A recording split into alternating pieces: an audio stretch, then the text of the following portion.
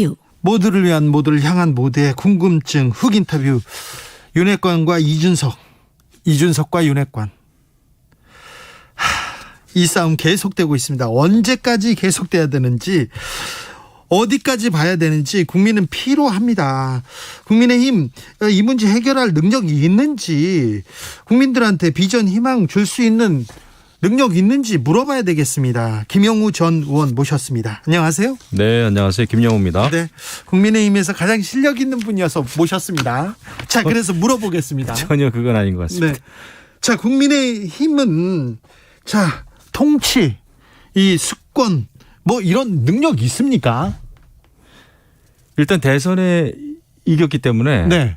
뭐 어제 오늘은 민주당보다는 앞선 건 맞죠. 네. 네, 대선에서 승리했으니까. 그런데 그 이제 집권 이후의 프로그램이 좀 약하다는 생각이 드는 거예요. 전략. 그렇죠. 그러니까 저는 이제 뭐냐면 저도 이제 이런 그 방송에 나올 때마다 참 고민인데 지금 몇 달째 이준석 그다음에 윤핵관 얘기를 하고 있단 말이에요. 그 싸움만 하고 있어요. 국민들 피로합니다. 네, 사실 민심과 당심은 윤핵관도 싫고 이준석도 지겹다 이거예요. 솔직히 말씀드리면. 네. 근데 이게 저는 윤핵관이라는 말 자체는 솔직히 조금 어폐는 있다고 봐요. 네. 과거에도 대통령하고 가까운 분들은 항상 있었고. 그렇죠. 예. 근데 이게 윤핵관이라는 신조어를 이제 탁 이준석 그 전 대표가 만들면서 네. 모든 이슈가 이제 윤핵관을 또 굉장히 악마화하는 이런 게 좀 있죠. 근데 저는 좀 답답해요. 이준석 전 대표가 여러 가지 의혹에 휩싸였고 징계를 받았는데 그것도 전략적이지 못하다. 징계를 하려면 확실하게 했어야 되는데 네. 6개월 물론 중징계지만은 어정쩡하게 6개월 당직 그 정지라고 하는. 근데 그 이후에 어떤 결과가 올지 예측을 아무도 못한 것 같아요. 예. 이 정도 나올지는 몰랐겠죠. 네. 그래서 이제 효력정지 가처분 신청까지 내고 이 법적인 투쟁까지 지금 하고 있는데 집권 여당으로서는 솔직히 좀 창피하다라는 네. 생각이 듭니다. 물론 전 당대표의 잘못이 가장 크죠. 제가 볼 땐. 예. 그런데 그 결국은 그 밖에서 보면은 그냥 권력 투쟁으로만 비춰지고 네. 아직까지도 이준석 전 당대표라고 하는 깊은 수렁에 빠져가지고 네. 당도 지금 뭐 비대위 상황입니다마는 비상 상황임을 정말 인식하는지 그것도 조금 저는 좀 의심스러워요. 네. 지난번에 비상 상황임을 합의할 때도 네. 의총에서 한 62명인가 밖에 참석을 안 했더라고요. 네. 115명 중에. 근데 이렇게 되면 안 되겠다라는 생각이 들고 지금 여당으로서 윤석열 대통령을 좀 이렇게 도와주고 이러려면은 당이 더 빨리 안정을 찾고 가능하면 또 개혁도 해야 되겠다. 좀 네. 이렇게 프로그램을 갖고 말이죠. 네. 좀 비전을 주고 희망을 줘야 되는데 국민의힘에서 지금 저격, 총질 말고 보여준 게 없어요. 뭐 지금 이제 비대위 체제가 들어섰는데 저는 뭐 주호영 비대위원장은 비대위원장으로서 이제 안정감이 있고 예. 차기 전당대회를 준비할 만한 충분한 역량이 있는 경험이 있는 분이다 생각을 합니다. 아마 크게 근데 비대위가 욕심내기는 어려울 거예요. 네. 지금 이준석 전 대표와의 관계도 제대로 설정이 안 되고 이런 상황에서 무슨 뭐 혁신 뭐 이런 게 나오기 어려운 분위기고 그리고 이제 지금의 비대위는 뭐 솔직히 또 이제 권성동 원내대표가 이제 당연직으로 또 이제 참여를 하고 있잖아요. 예.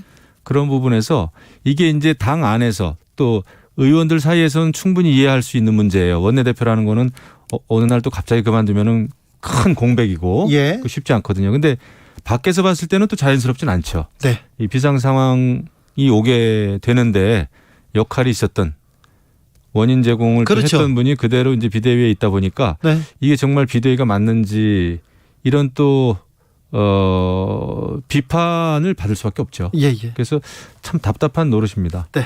그리고 지금 집권 여당인데 야당보다도 지금 지지율이 낮단 말이에요. 네. 이건 좀 심각하지 않나 이런 생각을 합니다. 그레이스님께서 맞는 말씀입니다. 윤핵관도 싫고 민심도 없고 경제도 어렵고 김영우 의원님 맞는 말이에요. 얘기합니다. 자, 주말에 대통령실 개편안 발표됐는데 어떻게 보셨습니까? 그 대통령실은 수시로 개편할 수 있고 증원할 수도 있고 뺄 수도 있고 저는 그게 자유로운 과정이다 생각을 하고요. 예. 근데 이제 이번에도 윤석열 대통령의 인사 스타일을 다시 우리가 확인할 수가 있었죠. 네. 잘 알고 또 믿을 수 있는 사람을 등용한다. 네. 저는 뭐 그 참모진이기 때문에 네. 그게 나쁜 거 아니라고 봅니다. 네. 그 앞으로도 잘 했으면 좋겠고, 그런데 이제 정책의 혼선 때문에 이제 이관섭 정책기획 수석을 지금 이제 자리를 만들었고요. 예. 그다음에 이제 홍보수석의 김은혜 전 의원이 이제 등용이 됐는데, 뭐 홍보라는 것도 그래요. 저는 물론 뭐 김은혜 의원이 대통령의 그 국정 철학 이해도가 높다 이제 그러는데, 대통령의 국정 철학이라는 거는 이렇게 완성되어 있는 게 아닙니다. 네. 그냥 언제나 홍보할 수 있는 그런 게 아니고, 사실은 참모진들하고 엄청나게 토론을 해야 돼요. 네. 그리고 이제 엄청나게 다양한 사회적인 이슈가 터집니다. 네. 그 이슈에 대응하고 이걸 하려면 항상 토론하는 가운데 대통령이 참모들과의 이야기 속에서 나온 이런 한두 마디, 그런 게 굉장히 중요하거든요. 예. 그런 게 자연스럽게 홍보가 되는 거지, 대통령이 국정 철학을 지금 완성하고 있는 그런 상황이 아니거든요. 네. 정치 시작한 지 1년밖에 되지 않았기 때문에 네. 국정 철학이 완성됐다고 하는 거는 어폐가 있는 거죠. 네. 그래서 참모들하고, 특히 제가 주목하는 거는 국무위원입니다. 장관들. 네. 장관들을 잘 뽑아가지고 장관들에게 힘도 실어주고, 그 장관들하고 대통령이 엄청나게 토론과 대화를 많이 해야 되고요. 네. 그러면서 이제 정책도 나오는 거고 홍보도 되는 거죠. 네. 이게 누가 나와서 홍보한다고 홍보가 되질 않아요. 그러면. 예. 정책이라는 건 늘 그렇거든요. 그래서 대통령의 국정 철학이라는 것도 네. 부족하면 부족한 대로 네. 대통령이 이런 고민을 하고 있다. 예. 그거 자체도 홍보가 될 수가 있습니다. 예. 예. 꼭 이렇게 완성품을 팔려고 세일하려고 그러면 안 되고. 예. 그래서 저는 말 그대로 진짜 참모들하고 장관들하고 소통을 많이 하셨으면 좋겠어요. 네. 답은 그러겠죠. 거기에 있을 겁니다. 네. 검찰 출신을 너무 많이 쓰긴 해요. 예, 많이 있습니다. 네.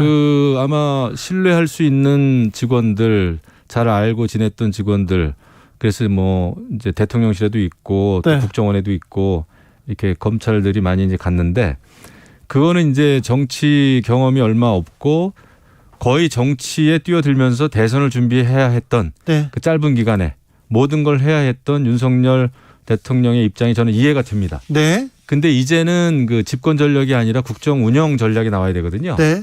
이런 때는 다양한 목소리를, 어떤 결정을 하기 전에 다양한 목소리를 들어야 어떤 그 불상사를 미리 예방할 수가 있어요. 예. 근데 비슷한 사람들끼리 만나서, 비슷한 경험을 가진 사람끼리 만나서 이야기를 하면 결론이 굉장히 명쾌하게 빨리 나오죠. 예. 하지만은 국민의 다양한 목소리를 다 담아내기가 어렵거든요. 네. 네. 그래서 좀 비판적인 사람, 그다음에 또 다른 경험을 한 사람들을 옆에 두시는 게 좋겠다, 이런 생각이 좀 듭니다. 검사 출신들이 지금 대통령실에서 인사 검증, 그리고 뭐 공직기강 이런 것도 법무 이쪽을 이렇게 책임지고 있는데, 그쪽에서 구멍이 계속 납니다.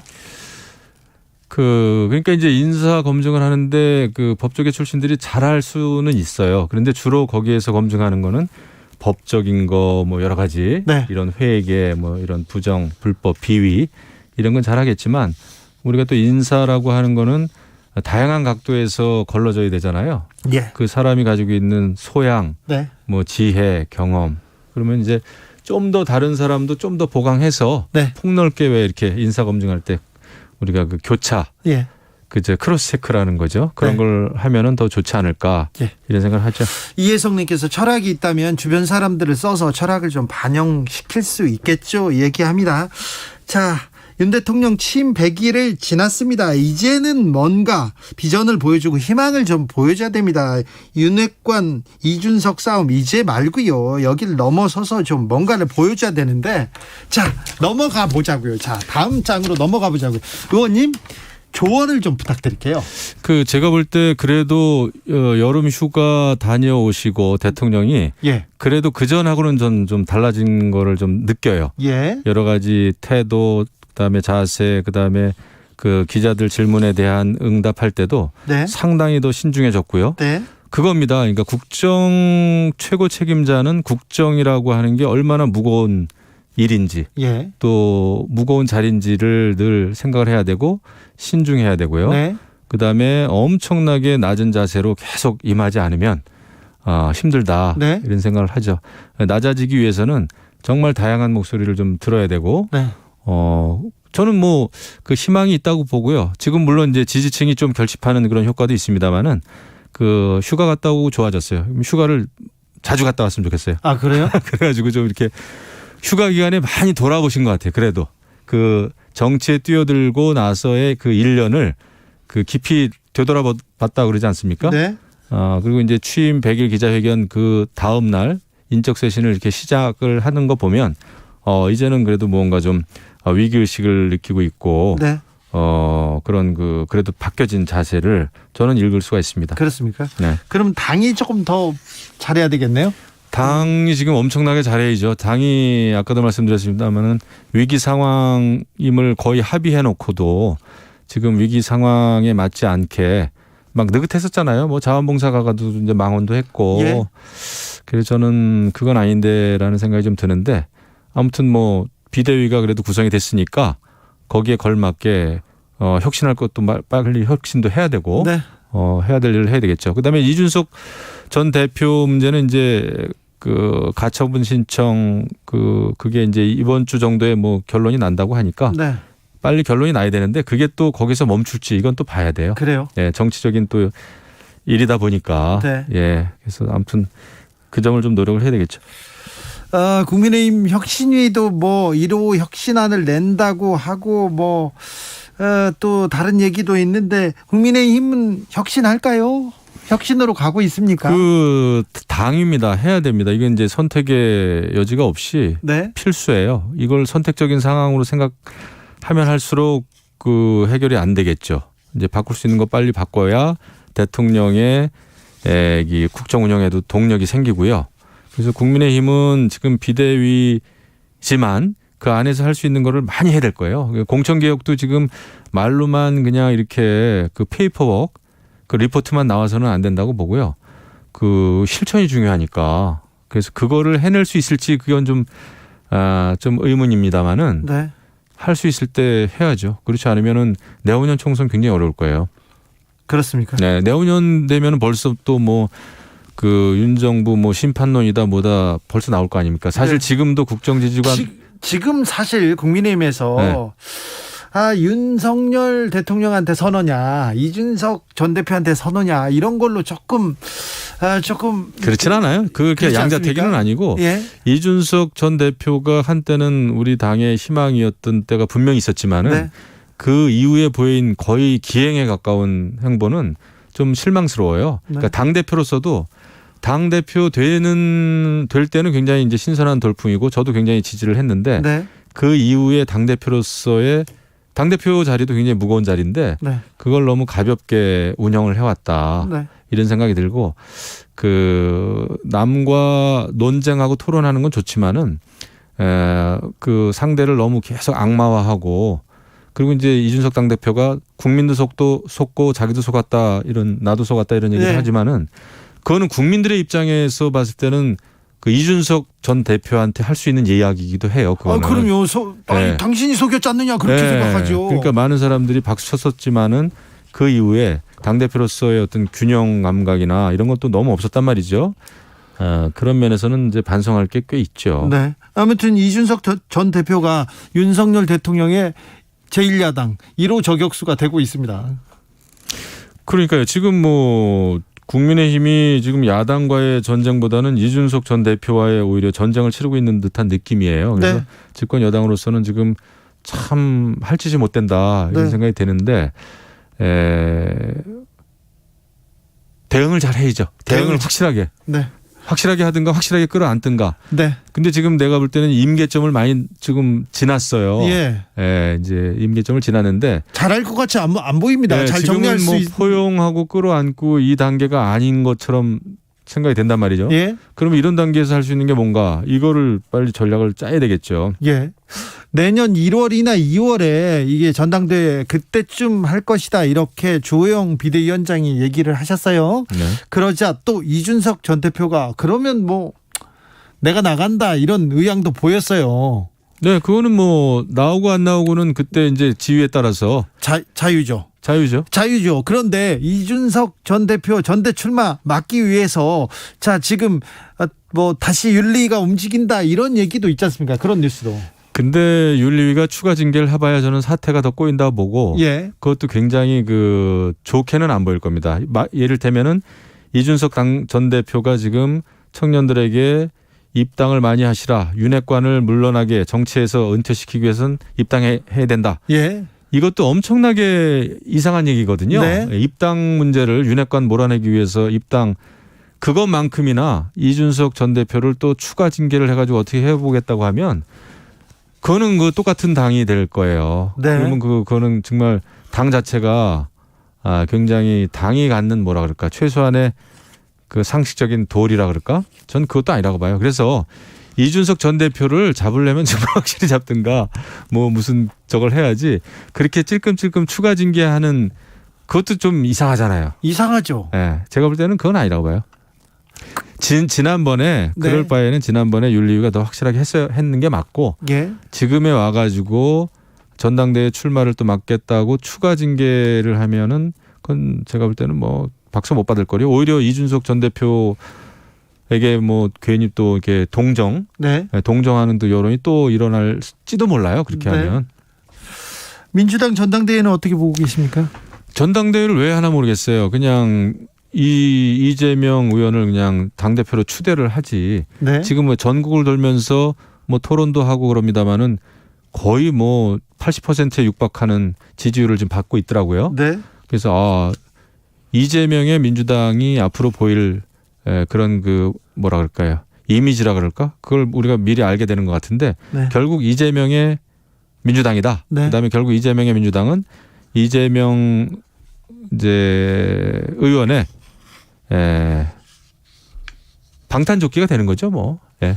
그럴까요? 예. 그렇죠. 지금 뭐 사법 리스크 그것 때문에 지난번에 민주당 당원 80조 1항은 놔뒀지만은 뭐 사망을 고치면서 정치 탄압으로 생각을 하면은 당직 정지되는 거를 처리할 수 있다. 이게 사망에 있는데 그게 더 무서운 거죠.